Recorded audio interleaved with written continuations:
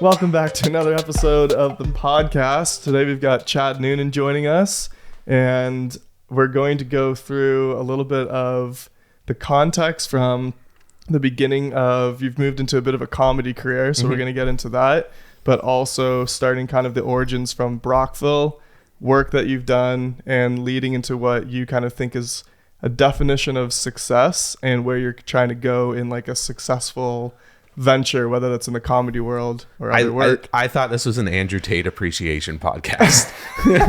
So, no, not for this one. Okay. That's next week. I'm really confused.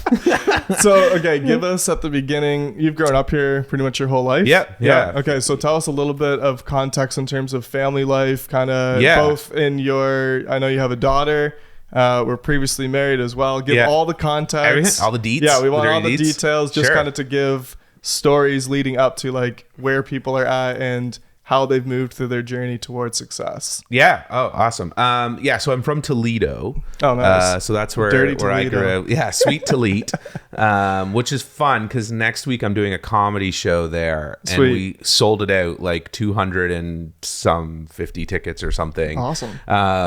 Which will be super fun at the Toledo Legion. So that's where I grew up.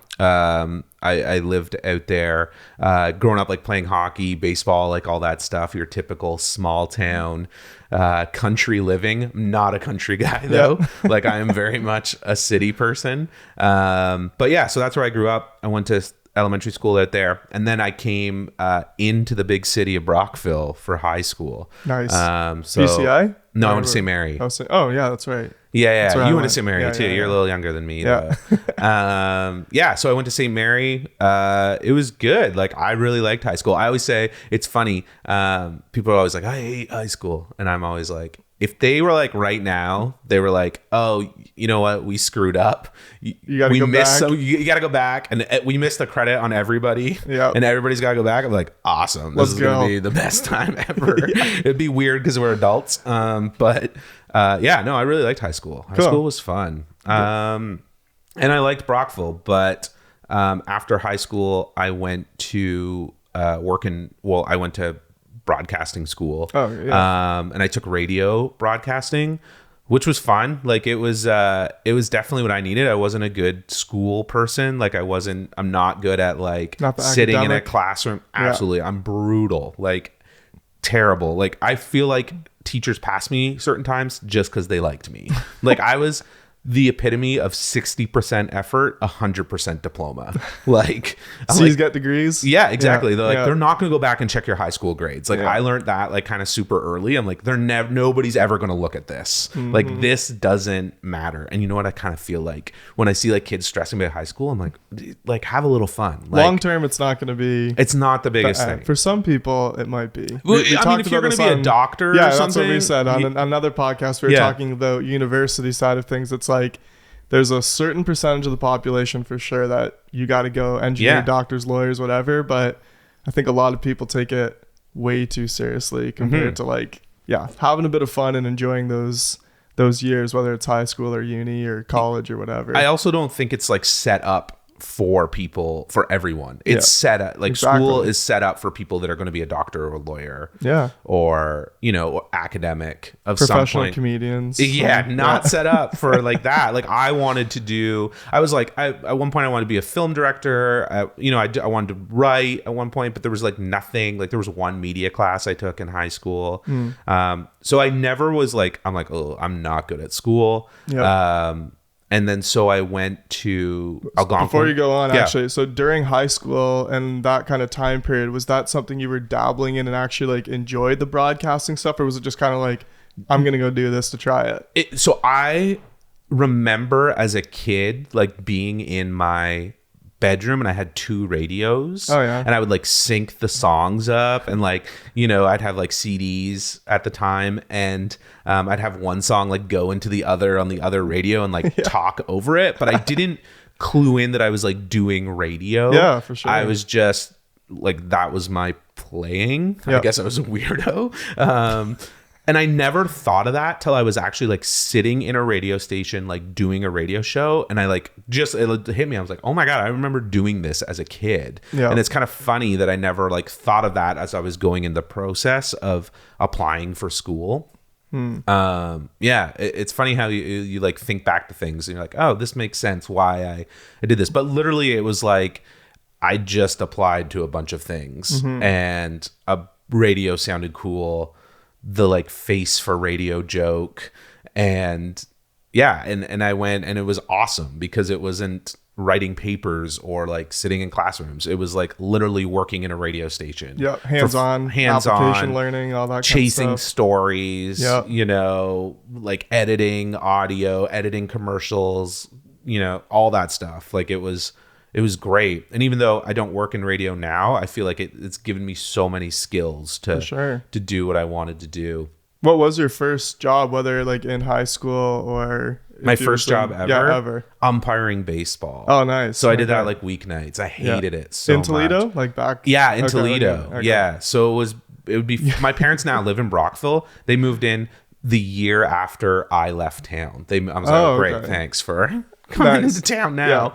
Yeah. But it was brutal. What made me quit umpiring baseball is my dad was coaching a team once and we got into it on the field. I was like, if my dad is the parent that's yelling at me, like I don't have a hope. Like I'm That's done. amazing. And I remember the next day he's like, oh, come on, you got to go to umpire. I'm like, I'm not going. Like there's no way. I quit. Yeah. That's that was like hilarious. my first job. Yeah. I don't know where else my first I worked at like St. Lawrence Park. Yeah. I had that job. Security or what? It was like kind of like they at that point it was like so much mayhem at night at St. Lawrence Park because like kids used to rent sites and just party. That I did like cleaning the washrooms and cleaning the park, but they would bring in security, so it was sweet. Like I'd just clean the washroom and then watch movies the rest of the night. Like that was it was a 12-hour shift and that was my only like obligation. Dream job. Yeah, it was awesome. Fun. Watched so many movies. I'd go to Blockbuster before my shift and rent like 3 movies, and I was making no money at the time, so like half of my money for every shift would go into the movie rentals that I was going to watch on the shift. Like it didn't even make sense. Came out net positive still? Or? Yeah, probably. I don't know. Never been great with money. So then you went to Algonquin for how long for the broadcasting? Yeah, I went 2 years. Okay. Yeah, it was great. Like I did I interviewed like Ron Jeremy, like the famous porn star. Who was the greasiest guy you've ever met. He was so greasy.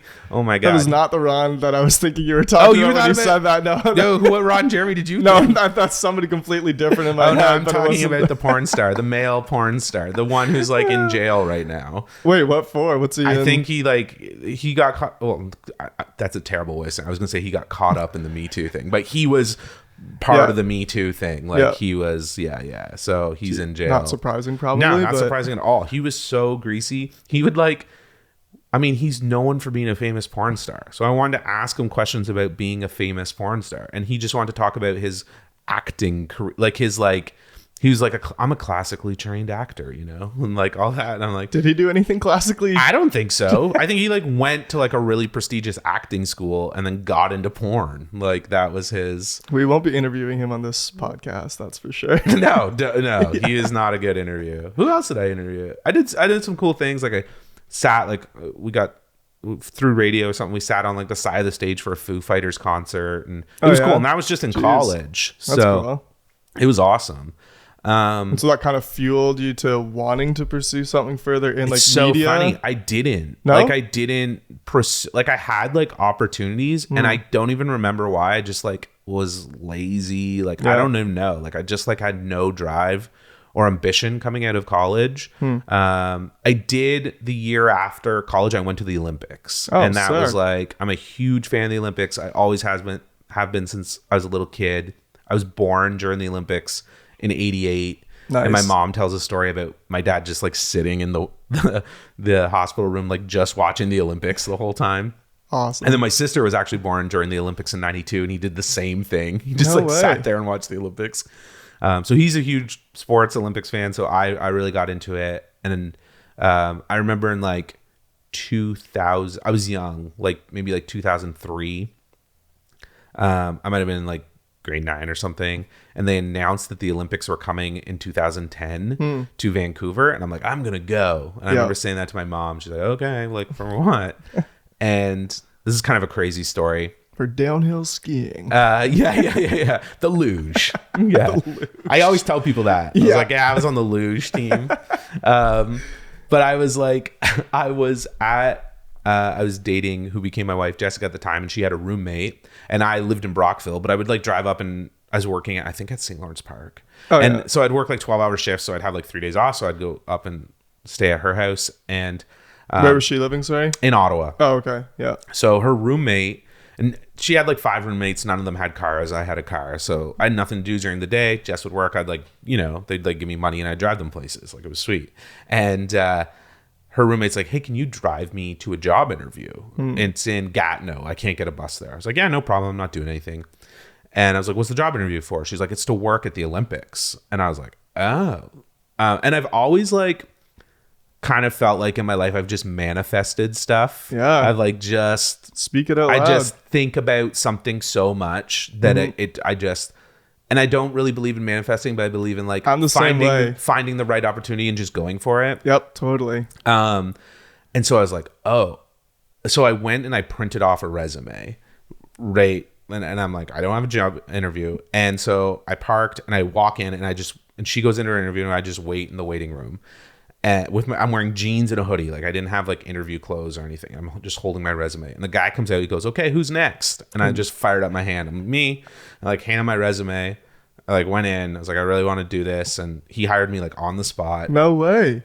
And this was like maybe October or something. It was like later. It was like in fall. What kind of position was this for? Sorry? I was like working in the athletes' village. Oh yeah. So we would check the athletes into the athletes village, like show them where to go. We'd have to put them through the metal detectors and screeners and everything, but it was so funny. Like we didn't stop them for anything. Like even the RCMP who was like in charge of it, they're like, hey, if you find drugs, don't, because they don't want like a bad reputation, you know what I mean, on the athletes, the Olympics. Or just let it go. Like it was kind of funny. But yeah, so that's the job I got, and I worked there, lived in Whistler for like 3 months at the Olympics.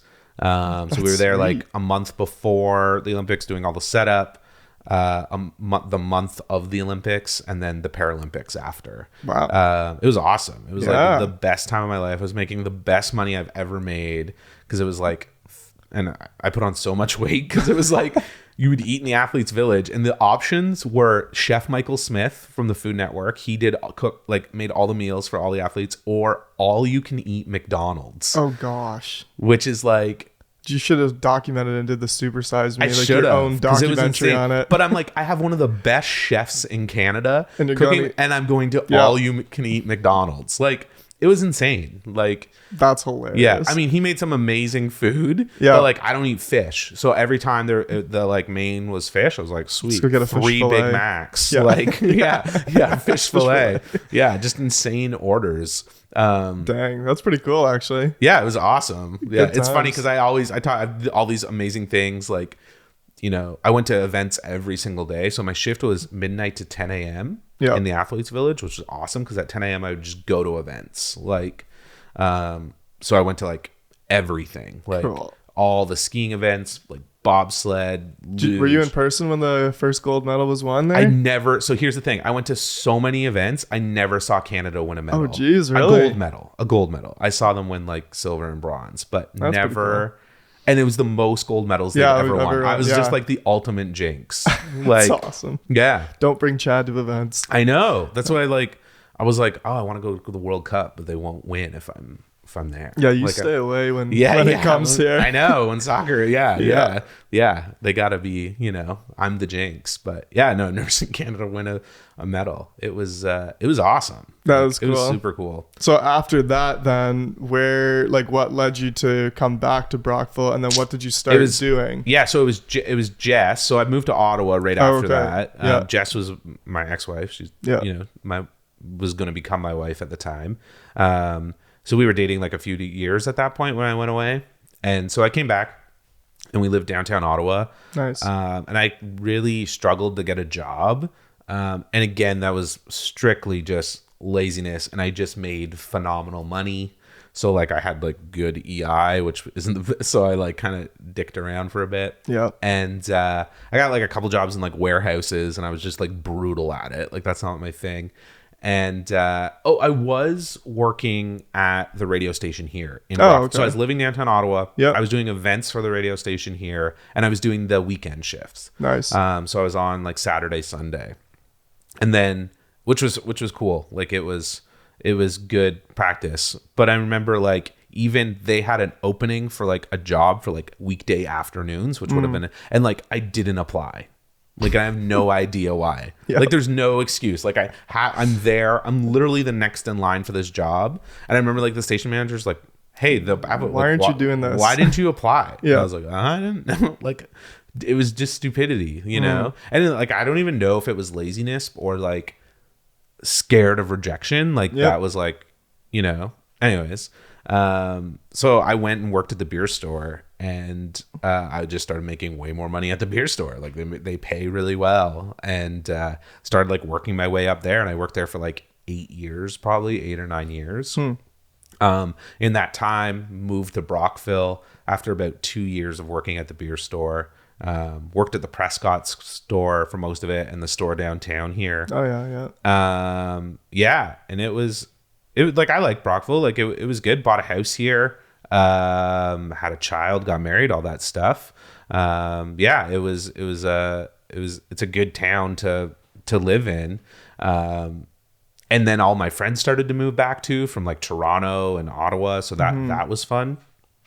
And then, my kid was like 3, ended up getting divorced. Keep the house. Yes, go men. Because this is an Andrew Tate men positivity podcast. Jess is going to be on the podcast at some point too. She can watch this and then rebuttal everything you have to say. No, that's good. So you get your piece in now, and then I'll tell her what you said. Yeah. Okay. Perfect. Yeah, she'd love that. Yeah, that's funny. You guys are still on good terms. So Great I can terms. say that. Great terms. Yeah, we're good friends. Yeah, there's no. I mean, we got together young. Like we were like 19. You know what I mean? Like you become different people. We broke up when we were like late, maybe like 28, 29. Like in that time, you change, right? And we both did for the better. And you know, things are great now. So, we have a daughter, Molly, who turns 8 in 2 weeks. So she's great. Yeah, she's great. Hilarious. She's very funny. Yep. She's a great kid. So yeah, it's been a wild ride. And then the comedy thing just kind of came out of nowhere. And quite the little interconnected piece before that is that we met kind of when you started at Career Services here in town. Yeah, so I work at Career Services now. Yeah. I'm a corporate engagement specialist. So that job came about where I was working at the beer store. I was still with Jess at the time, looking for a change. I'm like, okay, like what else is out there? I noticed like all the beer going in corner stores and grocery stores. So I'm like, I don't think this thing's going to last. Like I have a pension and it's good and benefits and all that stuff, but I can kind of see the end of the road for the beer store. They were closing one of the stores in Brockville. Yeah, they were closing a bunch of them in Toronto even. Yep. Breweries were popping up, so I was like, that was the first time where I like actually like took control of my kind of like life and was like, okay, I see something, let's see what's out there. So I was just on the internet and I applied to Career Services, which is a job that I kind of did previously, that my dad did. So my dad was a job coach at Reader Regional Center in Smith Falls for years, which was a place for people with developmental disabilities. So he would find them jobs and teach them how to do it and, help them maintain that job and stuff like that. So my dad did that his whole life and ended up retiring from there. And I remember, and I worked at Reader Regional just like part-time, a couple summers or, a couple summer jobs. And I remember like going with my dad to like take your kids to work day and stuff. I was always like kind of thought like, oh, that's something I would be interested in. So I saw this job posting for Career Services and I was like, I'd never had heard of them. And I was like, oh, this is something I think I could do. There's a little bit of like sales aspect to this job of like talking to employers to get people in. There's definitely like that social services side that interests me. So I was like, let's let's apply. And I got an interview, and I remember like the night before, I was like, I got to go find out where this building is. Like, cause I don't know, I've never heard of it. So I like get in my car to drive there. It's literally a block and a half from my house. Like it is, when I drive to work in the morning, I don't put on my seatbelt. And by the time I pull into and the thing is, you drive to work in the morning, but I pull into my spot and it dings once. Like it's just like ding, it's like starts dinging that quick as I'm pulled into my spot. Like it takes me literally under 30 seconds to drive to work. That's nice. So I went through the interview process. I didn't think I had a hope in hell because I was like, I'm like from radio, not in social services. The first thing was like, what was the first thing? Oh, it was just you had to do like a random sales call. Into our executive director. And I guess like everybody's in the boardroom and they like listen to your sales pitch. It's a little intimidating. Yeah. You were pitching like somebody for a job. Yep. But yeah, I just thought I was pitching her. I didn't know everybody was in the boardroom, which is cool. The next thing was a 30-minute presentation on yourself. Whoa. Which is like, that's when I like knew though, like I was like, oh, I have a shot. Because like I can do stuff like this. You can sell yourself. I can sell myself. I can definitely talk, forever. Yep. I'm from radio, so I literally like did a presentation where I like played clips from my radio show about, and like specifically stuff I knew they wouldn't care about. So like to like show that I could get them like interested in something that they wouldn't care about, to that aspect. So that was actually like probably like the best interview I've ever done. And like I hate that interviews, and this is off topic, but I hate that interviews are always the same thing. Like always like sitting across like this, like having like they're never, because everybody's different and a lot of jobs aren't this actually isn't off topic at all, because this is actually a big part of why we're doing the podcast, is kind of leading towards like what success and kind of modern day success and jobs and all that kind of stuff actually looks like. So the fact that you're saying that, I think it's really interesting. Even with our business, is typically we're not hiring off of experience, we're hiring off of the person. And like when we have a sit down conversation, it's more of a conversation, not like, what's your experience in video production and all this kind of stuff. Like our editor, Seth, he's got editing experience and he's done some of that stuff at school. And Emma has now being trained as videography stuff, but has zero experience in videography specifically, or very minimal, I'll say. Right. But that whole thing about the interview process is, I think that's changing a lot more in companies, because again, unless you're a lawyer, doctor, engineer, all that kind of stuff, of course you have to know what you're doing, what you're talking about. But the broader part of it is like, we want to just hire good people. And I think most large corporation companies, they're hiring good people.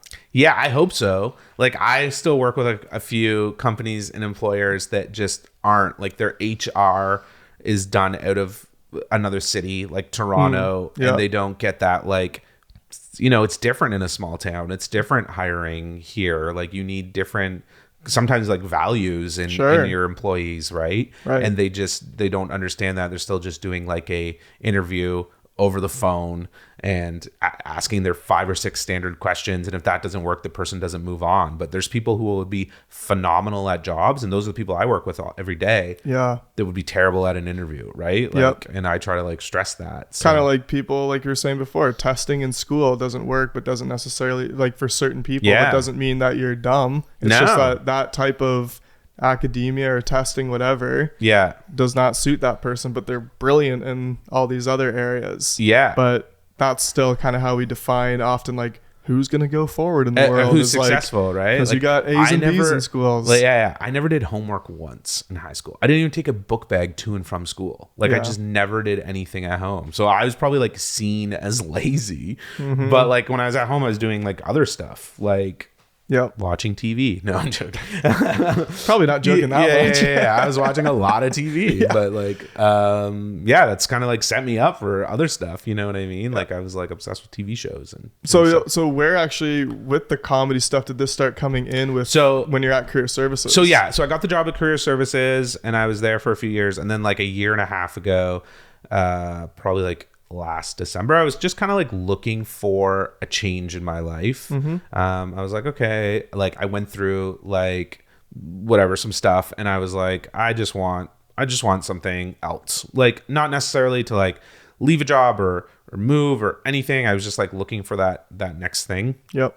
And I was on LinkedIn one day, and I saw a job posting for the Canadian Comedy Hall of Fame, and I applied, and the guy called me 15 minutes later and interviewed me. And his name's Tim Progosh. He's an actor and a comedian and a producer. And he was in the movie Spotlight. I don't know if you saw it with like Mark Ruffalo. Man, so funny. That's the one I think I was telling you the other day, but we got a buddy of mine when we were traveling in Australia. He's good friends with the director. Oh, Spotlight? Movie. Yeah. Oh, crazy. So that, and he's the one who produced, I produced all the John Wick movies and stuff awesome. Too. But he was the producer on Spotlight, which is a super underrated movie that a lot of people don't know about. Won Best Picture. Yeah, won Best Picture, which is crazy. It's great. Yeah, okay, Michael so cool. Keaton was in it. I didn't realize that he was connected into that either. Yeah, he like had a small role in the movie, but he was still in the movie. But it's like, you know, what a small world. Yeah. Once you start getting into this stuff, it's crazy. Oh yeah, it's crazy. It's a very small world. Like I see it like every day now. Yeah. And then so he like hires me, and they're like, hey, we have this big Google Doc where it has like or Google Drive where it has like all kinds of content, so you can just like post stuff for the content. They hadn't had really somebody doing social media. They were trying to like the Comedy Hall of Fame had like disbanded in the early 2000s. They had a couple inductions around 2000, 2001. And I think like September 11th happened, so they missed one, and then it just never picked up again. Yep. So they were wanting to bring it back.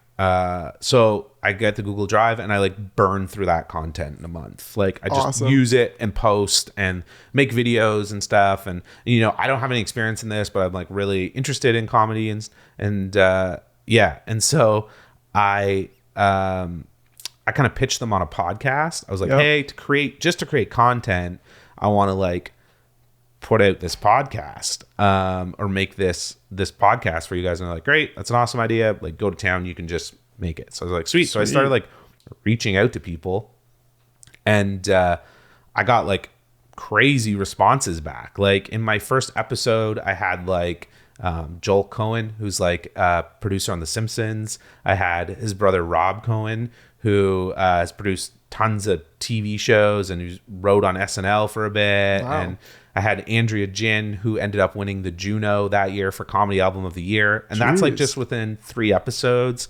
And I reached out to Amazon Prime about going to press junkets. So they were like, yeah, come, you know, you can do our press junket. So I did one for like Last One Laughing with that show with like Tom Green and stuff. So that's fun. Yeah.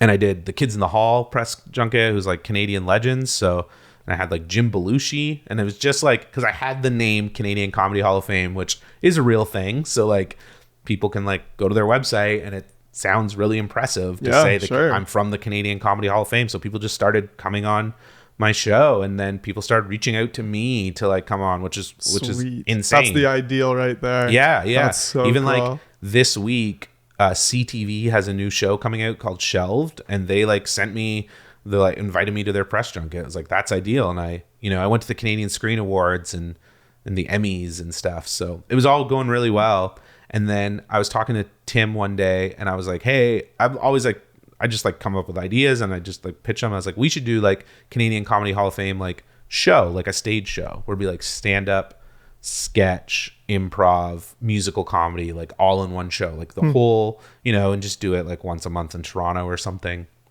I was kind of hanging out in Toronto more.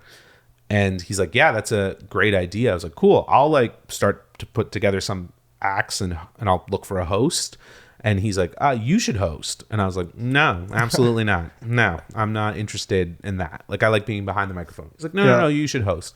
And I'm like, I've seen enough comedy to know that like hosting is its own thing. Like that is like its own skill. And also like, there's like professional comedians that do this. Like, I don't want to like take a spot, you know what I mean? Yeah. But he was kind of like, no, you should, like, he was very much like, I think you should host. Cool. So I was like, okay, I guess I better start getting on stage and talking. So I would like drive to Toronto on Thursday nights after work, and I would just do an open mic spot. And they went pretty good. Like they were like not terrible. And so I started doing open mics in Toronto, and it was fun. And then I randomly got an ad for like a comedy class in Ottawa. So I was like, okay, I'm going to take that. I have like a little experience now. I did it in Montreal a few times too. So I'm like, okay, and I wasn't like telling anybody about this. Yeah. And I didn't plan on it. Like I literally planned on like doing that show for the Canadian Comedy Hall of Fame and then never doing it again. Like, you know, that was my game plan. So I went to, I took this comedy class, and it was awesome because it was like stage time every week. So it was like a room of like peers, people interested in comedy. So you would do your 6 minutes or whatever, and then they would like fire stuff out at you. They're like, yeah, do this, do that. Yeah. So, and then at the end, there's like a huge showcase, like in a comedy club at Absolute in Ottawa, and like a huge, they pack the place, and it's like a really forgiving audience. So like the whole thing is like you feel really good leaving it. Yep. And so that night, the guy was like, the guy that put on the class, when I got there, he's like, hey, and I've been planning for 6 minutes, right? Or 8 minutes maybe. He's like, hey, you're going to go on last. And I was like, oh, that's the spot you want. And he's like, and can you do 15? And I was like, yep. Like, sure. I always, before I was a no guy, and now I'm just like, I say yes to absolutely everything. Like, cool. Even I'll figure it out after. That's kind of been like since that time when I went on LinkedIn in November of last year. Like, that's when I'm like, I'm just going to say yes to everything. Anyways, so I did it, and it went really well. And then there was another person there, and he was like, hey, I got this show next Thursday. Do you want to come on it? I was like, yeah, sure. And then at that Thursday show, there was somebody who had another show, and then it just started like rolling from there. Yep. And then this is the longest story of all time. No, keep it going. 'Cause this is, I think a lot of people like hearing the stories because it's kind of a cool thing to see, like going from normal jobs or whatever and kind of building into something bigger. So yeah, keep it going. Yeah. So in June, I decided, I want to do Yuck Yucks. Yuck Yucks is like the premier comedy club in Canada. Heck yeah. They have 22 locations across the country. I was like, I just want to do it once. I'm going to do it once. The Comedy Hall of Fame, they were focused on their gala and stuff. So that stage show originally like never really got any momentum, never really made it anywhere. So I'm like, I'm just going to do this once. And then that was fun. Right. And so it was a night at Yuck Yucks. The crowd was brutal. They were like heckling. It was just like a bunch of like college boys that were just like got free tickets. So they weren't invested in the show. You know what I mean? They were brutal. And so I'm like, I'm just going to go up. I was halfway through the lineup. So like 4 comics were maybe ahead of me. And people were like, struggling, but the audience was rough. It wasn't them. Like these comics normally kill. So I'm like, I'm just going to kill them with kindness. Like, I'm going to be like, you guys are so good looking and like all this stupid stuff. And it actually like went well. It's like the Eminem, whatever, make fun of yourself or whatever. Yeah. Kind of gives exactly. They can't make fun of anything. If you compliment them too much. And what are they going to do? Yeah, exactly. Yeah. So I definitely like brought that, and it went like super well. Like I feel like I turned the audience that night. And the owner was sitting in the back of the room. He had like a big glass of wine. And I say some like awful stuff sometimes on stage. Like I don't, like nothing is like ever like sexist or racist or anything like that. But it's just stupid, awful. And some people might see it as gross or whatever. But it's not, nothing's like, when you really think about it, like, okay, that's not really that bad. I have like a bunch of jokes about like, I have this whole bit where like my Nana dies like 3 times in this bit. Like she just dies, and then I'm like, no, I'm just joking, she's not dead. And then she's actually dead. And then like she dies just multiple times in this bit. Anyway, she's very much alive. Is she? Yeah, she's like 90, and she wants to come to one of my shows. And I'm like, I literally kill you off as a character in one of my shows. So anyway, so people like, so the owner's sitting at the back of the room. His name's Howard Wegman. He's like in Canadian comedy legend, and he's like has his glass of wine, and he's like points at me as I come off stage. He's like, come here. And I was like, I said something. I'm in trouble. I said something bad. And he's like, who are you? I was like, I'm Chad. And he's like, where are you from? Or no, first he goes, what do you do? And I was like, I work with people with disabilities, and we do all this cool stuff. He's like, okay. He's like, how long have you been doing this? I'm like, because I did do it a few times in like college and stuff. So I was like, I did it a few years ago.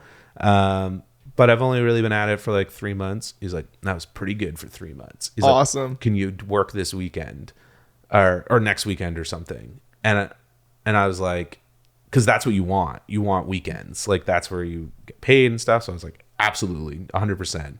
And it was awesome. And then he goes, where do you live? I go, I live in Brockville. And he goes, why the you live in Brockville? And he's like, you should be in a city. Like, hey, we got good reasons for you to live in Brockville. Yeah, I know. He doesn't know Brockville, but he just meant I should be in a city. I'm proving them wrong that you don't need to be in a city to do that. You know, absolutely. I'm still here.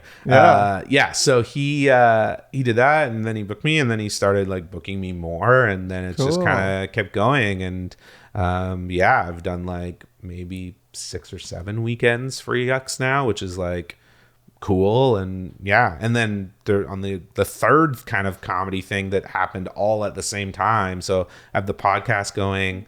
I have the stand-up kind of not taking off, but like doing kind of well. It is. Yeah. And then me and my buddy in COVID, he lives in Vancouver. We were just like chatting on Zoom, and he's kind of like an artsy guy. His name's Tyler Eames, and I just kind of pitched him on a TV show idea I had. And he's like, we should write this. I was like, yeah, cool. We should definitely write this. And we're like having drinks, so you never like take anybody super seriously. It's like the guys were like, we should start a band, you know, or like we should open a bar, or like guys when they're drinking and they're like, yeah, we're gonna do it, and then like next morning it's like nothing, your kid's like screaming or whatever, you're like, there's no way I'm starting a band, like I don't even know how to play an instrument. So I'm like, I don't know how to write a script. So that's what I thought. So the next day, like he literally sends me like scene 1 no way that he like wrote, cool. and I was like, okay, we're doing this. So we set up weekly meetings, or we would like write for an hour, and then we'd give each other homework. We'd go away and we'd write, and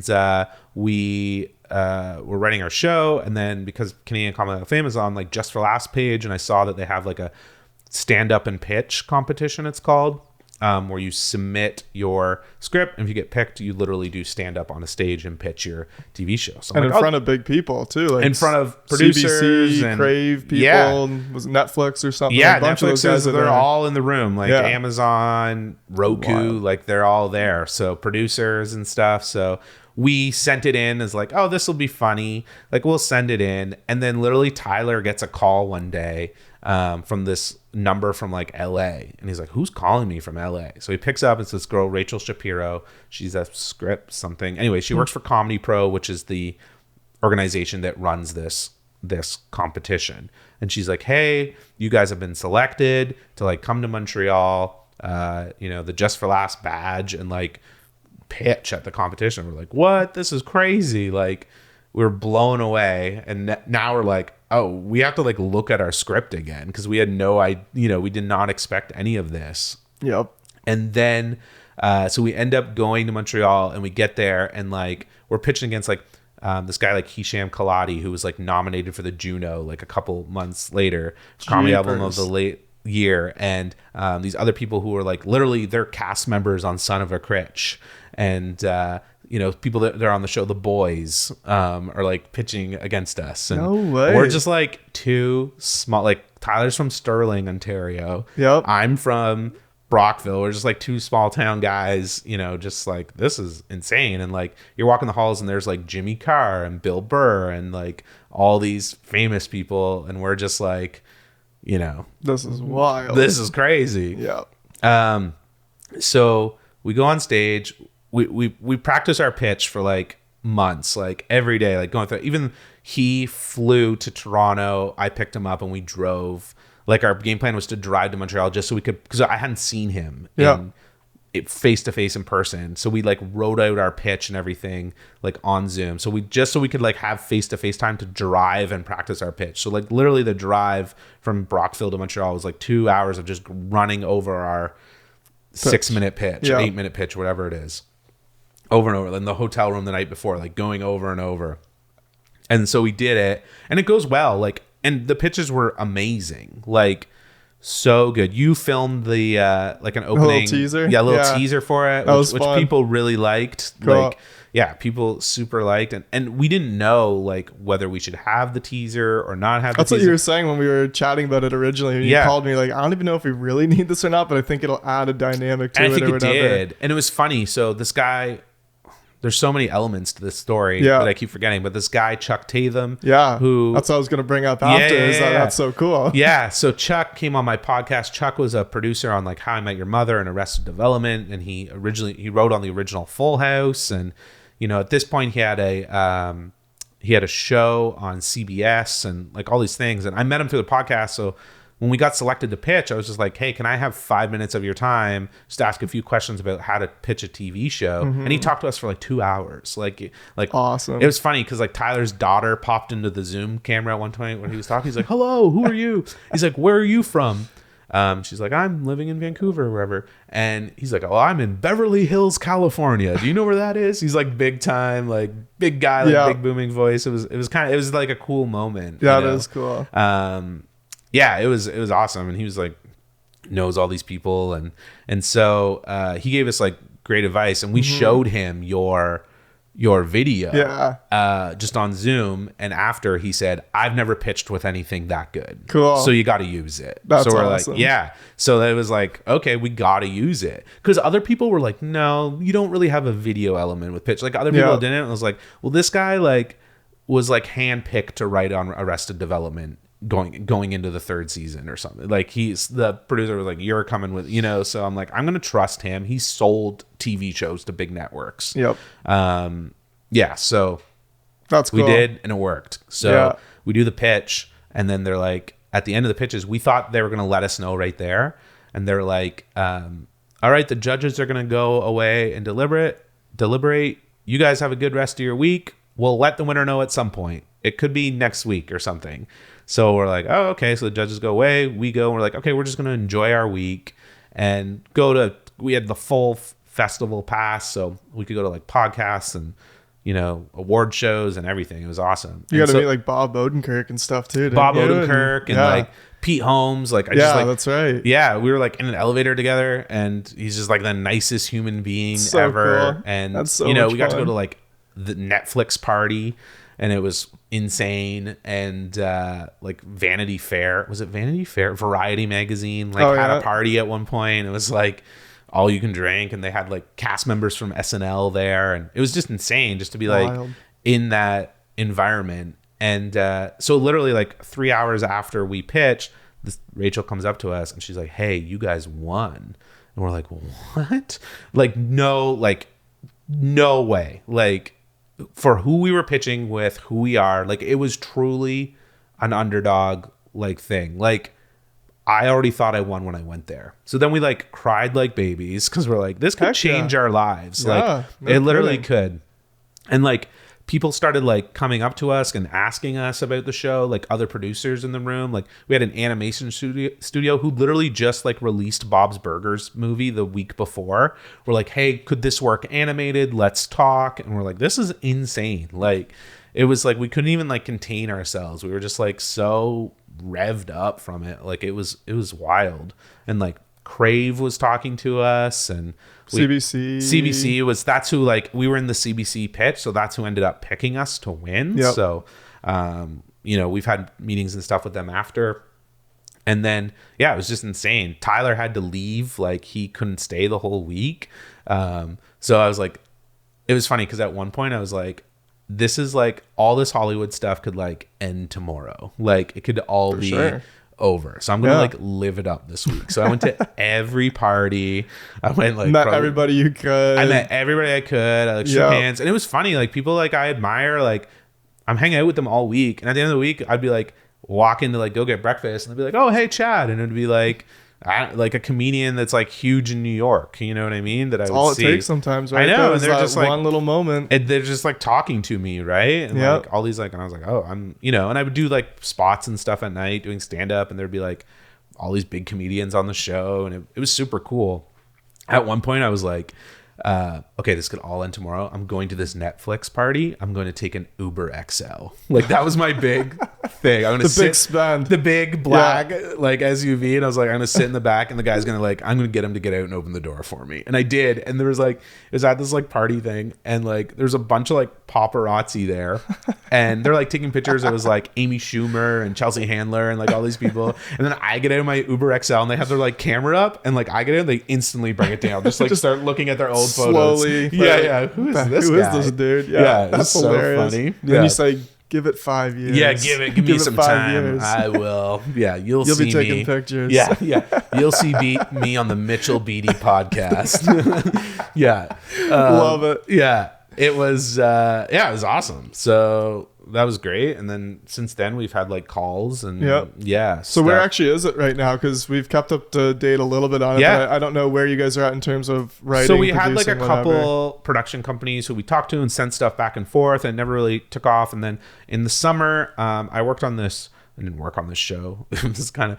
I had a friend who invited me to like go to this show taping for this show that's going to be on, I think, Gusto or like Food Network, like one of those. It's one of those shows. Chef Spencer Watts, I believe his name is, where he cooks a meal. It's all about barbecuing. So he like cooks a meal. And he's like, my friends are coming over to eat this meal. Well, like I was one of the friends to come over to eat the meal, which was so funny. So like I get there at like 1:00 and I sit down at 1:30 and like eat the meal, and like I actually ate the meal. It was the most delicious food I've ever had, but it was all like showy. So you have to like spend like 10 minutes cutting, and then like chew another, it was all, welcome to production. I know all those production things. They were actually like really good. Like I feel like they were better than most, like super loose, but they wanted us to eat the food, which they cooked the food like 3 times. They cook it like 4 people to eat on the show. He cooks it while he's making it, but like that's not really edible. They never cook stuff long enough.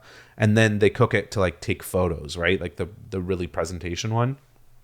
So I eat like a full dinner at 1:00, and then there's like a green room at this like mansion we're filming it at. So we go there, and then at 2:30 they film the next episode. And so now I eat another full dinner, like a full 5-course meal. And then at like 4 they do another episode. So now I've eaten like 3 full dinners like 4 hours. And then they go, okay, time for the pool scene. And I'm like, I'm 400 pounds right now. Can I like, swim with a long sleeve shirt on? Like, it was wild. I just ate so much food. And then they're like, sign like a liability waiver. I went for my heart. 30 minutes after eating or whatever. Cramping. Yeah, it was wild. Jeez. So anyways, the production company was working on that, Matt Cat Media. They're out of Ottawa, and they do like lifestyle shows, so like Home and Garden and Food Network. And we've had meetings with CBC previously, and they were like, cool, this all sounds great. You guys can officially pitch to us, but like, what's the budget and stuff? And I'm like, I have no idea, like how to do any of that stuff. Like, I don't know, like, they're like, get a production company in line. And Chuck Tatum was like trying to help us get one. They were just like, I don't know, like Chuck said is he now producing or helping produce? I don't know where that's at. Like he was like, he's kind of throwing his hat in. He's a great guy. He was I got the feeling it was like, hey, go, here's the your work, push. The first part of the work thing. Here's your contacts. Yeah. You guys reach out, which I appreciate the heck out of, right? I think he sees a little bit in us, like small town. He's from Listowel, Ontario. That's where my wife's from. Oh, really? Yeah. I didn't know he was from Listowel. The Letterkenny guys are from there? Is that's what the show's based off of. Like, like loosely based off of Listowel. That's where he's from. Dude, what? I did not know he was from Listowel. Yeah. What the heck? What a small world. I know. It's crazy. That's so crazy. I know. It's a tiny little town, right? Yeah. Yeah. He's got an insane story. Like, his story is insane. So, he was from Listowel, and then he worked in like advertising in Toronto or something. Yeah. And he wanted to be like a Hollywood TV show writer. So he would like save enough money while he's like working in his office job that he didn't love in Toronto. And then when he saved like whatever amount of money he needed, he would fly to LA and just knock on every door he could with his scripts. This is in like late 80s, early 90s.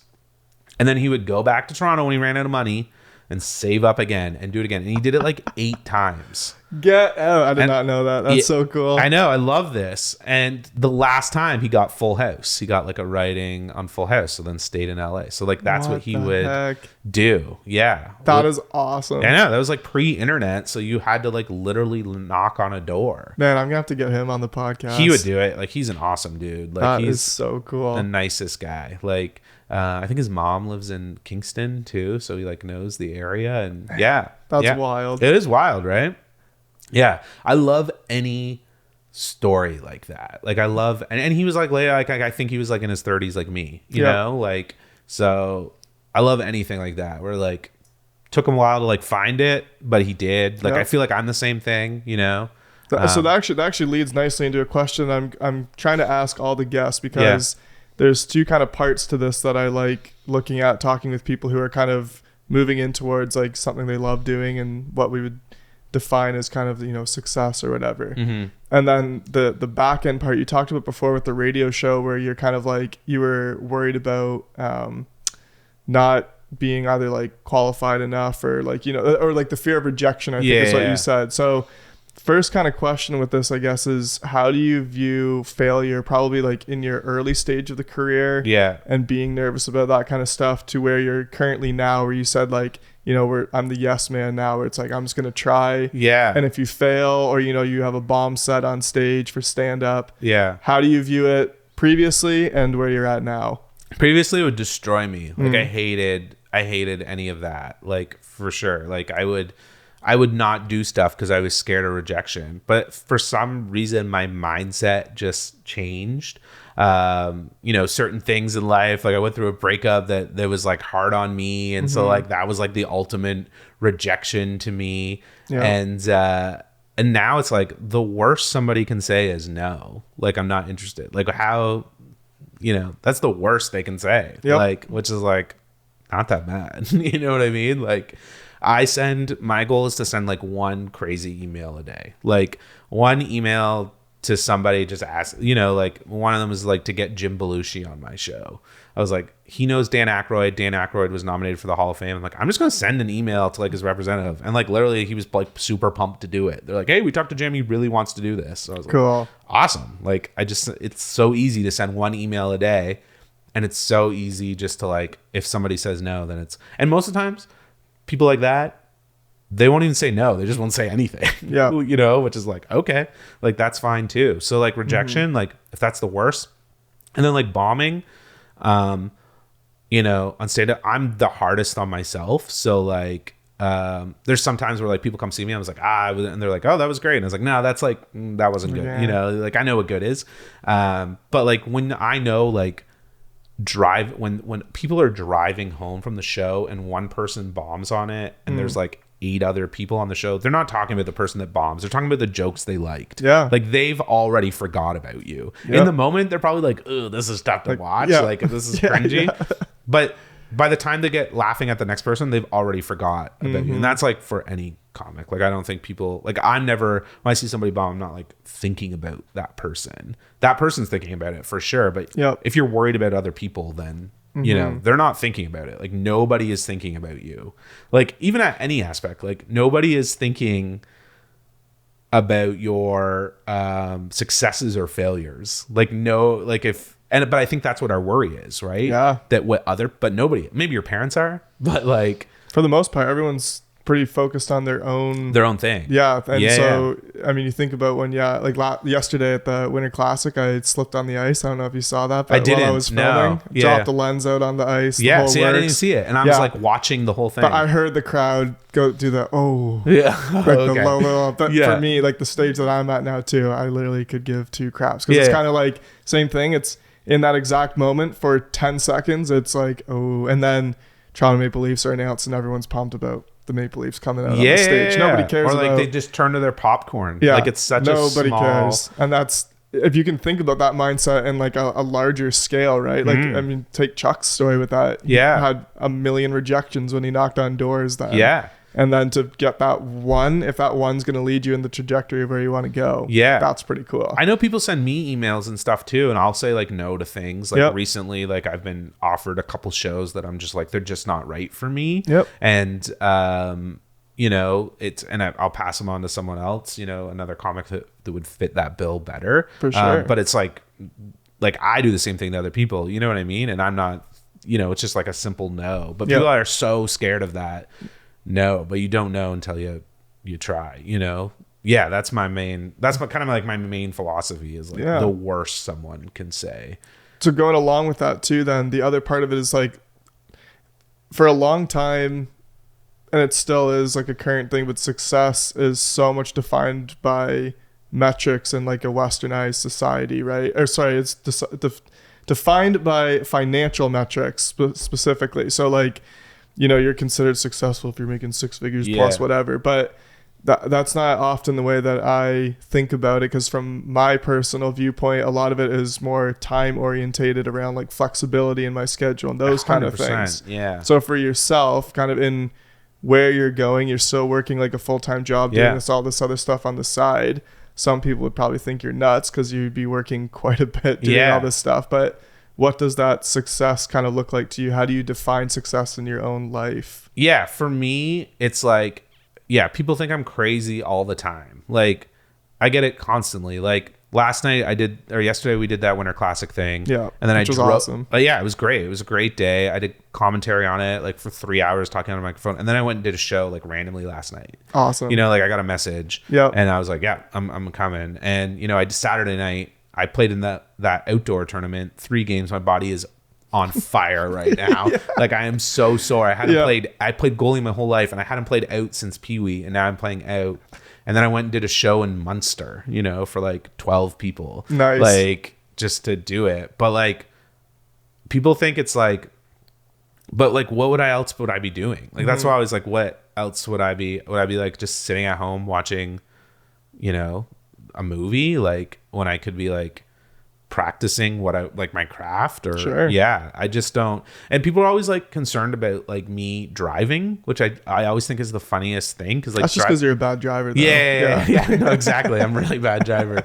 No, but they're always like, well, you drive a lot, and I was like, yeah, but I'm not like, so like it's not like I'd be sleeping when at that time, you know what I mean? I'm like listening to podcasts, and like I find it relaxing. Like I don't know. I just don't get that. Like you only go around once, you know? Like I'm like so obsessed with that like I couldn't just let my life like pass me by. There was a Chad at one point who would be like very content with like his home and his life and just like staying in one spot and not doing anything, but I just cannot do that now. I'm so obsessed with like, you know, doing stuff you love, doing stuff I love and like going for it, and at least trying. Because my biggest regret with radio was like I never tried, you know, like I went to school and I did good in school, and I was good. Like I was good at radio. Like I knew I was good. I was good on air. And I just never, you know, and people that weren't as good as me actually like went for stuff and like now work at big radio stations doing cool stuff. Right. And so I think it took like some maturity on my part to like actually, I like people do think I'm like crazy all the time when I'm like, you know, I'm up till like 2 a.m, like editing a podcast, you know, or like prepping for an interview, or, you know, I'm driving to Ottawa to do a 6-minute spot to just try a new joke. Or like Montreal on a Tuesday night, like after work, or Toronto sometimes. Toronto on a Thursday. I haven't done that because of driving like in the winter, but like when the spring comes, like I will do after work, I will drive to Toronto, you know, I'll get there like 7:30 and I'll do some time and I'll drive back. Like, and it's, but like doing what you love, that's success. I never feel like it's working or like, like I'm like super, like I have 5 emails right now I have to respond to that I'm super stressed out about because they like have to do with the show and like a whole bunch of things. I just want them to go well, but I'm never gonna like compromise that again. Like I'm never gonna let my own like insecurities get in the way of like doing something that I like and that so far has been going well for me. So yeah. Cool. Yeah. Well, give a little shout out to your different channels. You're a part of a bunch of different things. So if you want to give a little check me out on XYZ, go for it. Yeah. So people can follow me on social media. I post some of my stand-up clips on there on like TikTok and Instagram. Some of them are a little rough, so like if you're easily offended, maybe don't then. If you're easily offended, don't. But also like laugh, like it's all funny, like and then the Canadian Comedy Hall of Fame podcast, which is on everything: Spotify, iHeartRadio, Apple, Amazon, whatever Amazon's music player is. It's literally anywhere you just type it in, you can find it. Your personal socials are at Chad Noonan? No, at Noonan Chad. At Noonan Chad. Yeah. We'll put it up on the screen for the visual stuff. Okay, sweet. Yeah. At Noonan Chad. And then, that's kind of it. Working on the TV show. I'm at Yuck Yucks a lot. So if you follow me on social and you want to come see me do stand-up, I post like all my shows in my link tree with where to buy tickets. So cool. Yeah. And look out for your show hopefully in the future on a platform soon. Yeah, What's the name of it? It's called 9 Months to Die. 9 Months to Die. Yeah, it's another dark comedy thing. Yep. We need more of them. Yeah. Yeah, Cool. Laugh at that stuff, 100%. Yeah. Awesome. Well, thanks for joining on this episode. We will see you guys in the next one, and make sure to check out all of Chad's different things he's got going on. It's Thank you. cool. I appreciate it. This was fun. This is a lot of fun. Yeah, cool. Sweet.